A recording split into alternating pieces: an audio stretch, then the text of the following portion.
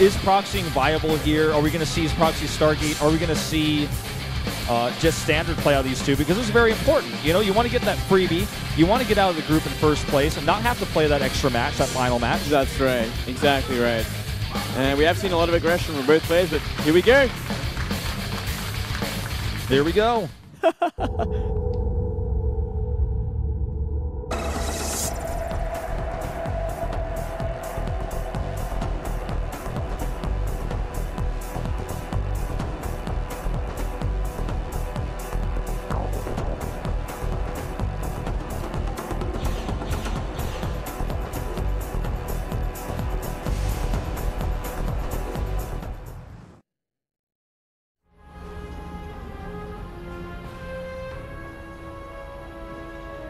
Top left in blue.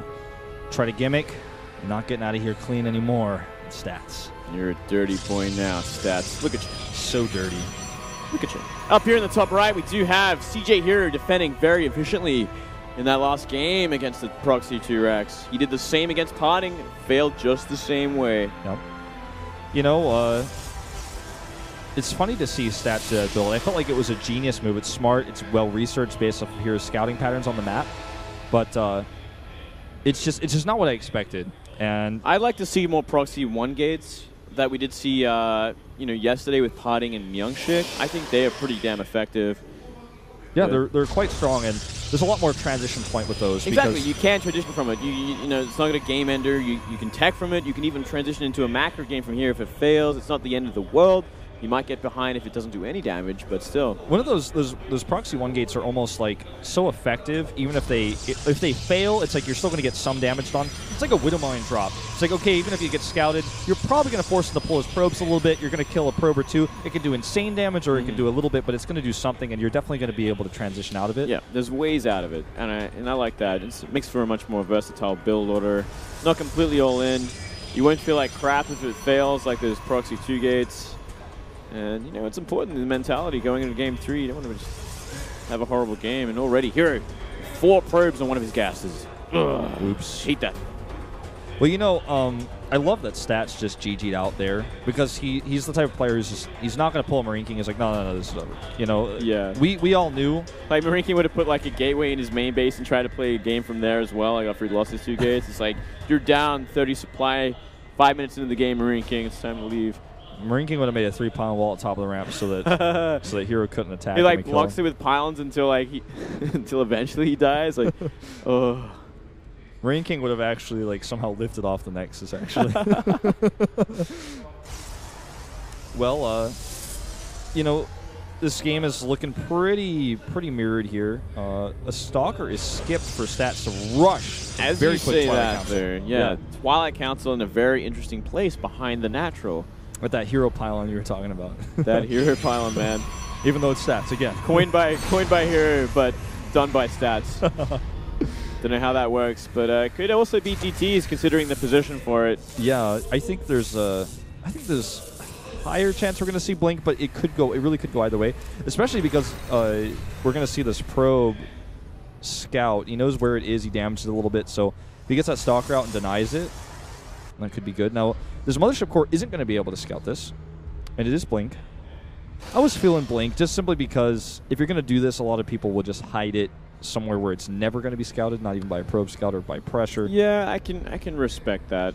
But this is very quick. I mean, this is like before Stalker Twilight Council. This is extreme aggression once again. Like, I would definitely think we're going to see 2 more gateways go down in just a moment's time. But it's kind of that situation we did see in the first series as well, where, you know, Oracle's on the map, so a few Stalkers are going to have to stay behind and defend until the Mothership Core has enough for the Photon Overcharge. Well, that's why this Oracle build is really strong, is because it kind of messes with the tempo of some of these other aggressive Stalker builds, these like rush attack builds, because then you can actually transition. Now he adds his Twilight Council instead of a Robo as the follow-up, so that's going to make holding the next attack more difficult because he's not going to have Immortals. This is a great scout as well here. Oh yeah, that's very important. Did he actually get a catch of the Chrono Boost? I think so. Yeah, I'm pretty sure he did. Yeah. I guess you don't see a Dark Shrine at the Twilight in a position like that. It probably just isn't going to be coming. Well, the Oracle's also going to come in the main and see it's not here. And Photon Overcharge is going to have to be Johnny on the spot right here. Yeah, he needs to use it right away, and he does. Okay. Good targets here, though. Let's get 2 probes before he gets out. herO's got incredible Oracle control. We saw him mess it up a little bit earlier, but for the most part, he's really, really good at those 2 taps.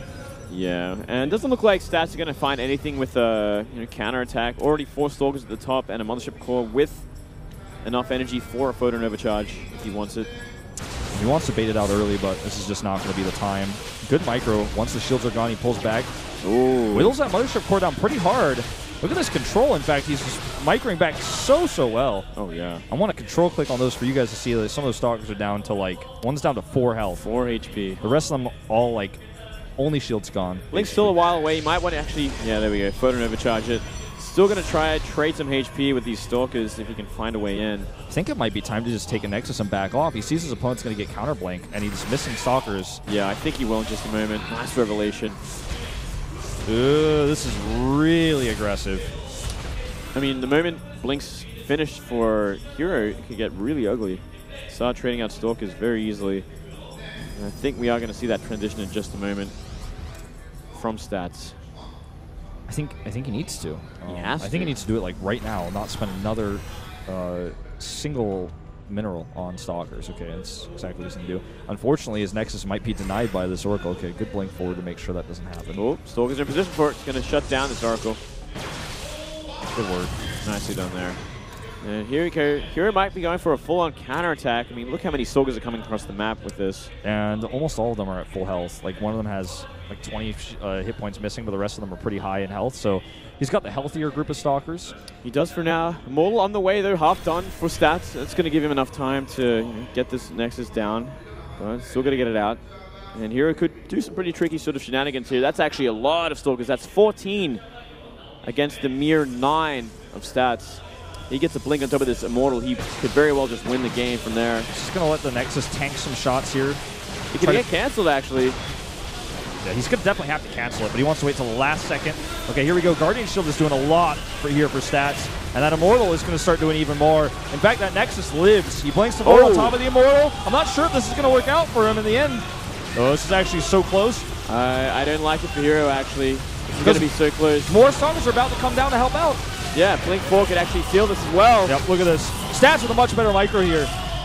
And that Guardian Shield did wonders for him in that fight. And he can maintain the chase, and he can actually maybe even trade out more. herO is so far behind at this point. Look at the Nexus timing as well. He's not even going to have a lot of hit points on it. Oh, he finds him. This is horrible for herO. This is basically game. Stats is just going to move across the map. He knows he's eliminated everything. The only thing he doesn't know is where that pylon is, but at this point he doesn't even care. Doesn't even care. 14 supply lead, 18 supply lead. Upper base. Composition much stronger as well. Going to maintain with simply Stalkers until now, simply because he just wants to attack, and then he's got that forward pylon. I mean, at this point, 33, you know, he's got twice the army supply of his opponent. He's almost got enough for 2 Nexus cannons. Yeah, nearly. Can actually just go ahead and send his probes to the natural and sit on those until an Immortal comes out or something. I think Stats is simply going to right-click this Nexus down once he gets rid of this pylon. He's going to kill his pylon first. Stats is microing so well this game. And there we go. And if you Stalkers come out with the probes help here, just got to keep microing. Not even really have to keep microing, but, you know, just to be sure, just to be safe. Just to be safe. Dot your I's. Cross your J's or something like that. Something like that. I mean, this is still annoying. herO does have a few Stalkers back there, but... Yeah, he's getting more in. Still, he does have that mining base in the natural at the very least. Bit mismicroed here. Stats has still got this, but I mean, definitely could have been a little bit more careful. Yeah. He'll be fine from here. Warping in even Zealots in the natural. He's got 3 Stalkers down there already. He could actually just bring his Stalkers home and just maintain a mining base and just simply win the game from there. hero's just going to micro here for a second, try to see if he can trade efficiently. But the reality is once the Stalkers link up here with probes and Zealots to help out, he's getting like some insanely good trades here. Yeah, but this is all in. This is like nothing to redeem from here, even if he does the damage, unless he wins the game with his attack. And he's not going to. These units are all so low. And it looks like finally Stats is going to seal the deal here and advance, being the most successful Protoss versus Protoss group of this group of Titans. GG. And no surprise whatsoever, Stats just looked so strong all day today. very clean play. He knew exactly what he had to do against each player. He has great preparation coming into this. He really does. Stats is really coming to his own as a player. As I was saying before, it's somewhat controversial maybe to say, but I feel like he's the most consistent Protoss player right now, like top out of all the Protosses. Just slightly more consistent than the herO. The herO still has a chance to get out, but it's actually hard to believe now that at the very least one of herO or Parting will not be advancing today to the round of 8. Yeah, we're in one of those sticky situations once again. It's just how these groups have been with these group selections. Sometimes you have these groups of death, and this group was made that way. It was even stronger before.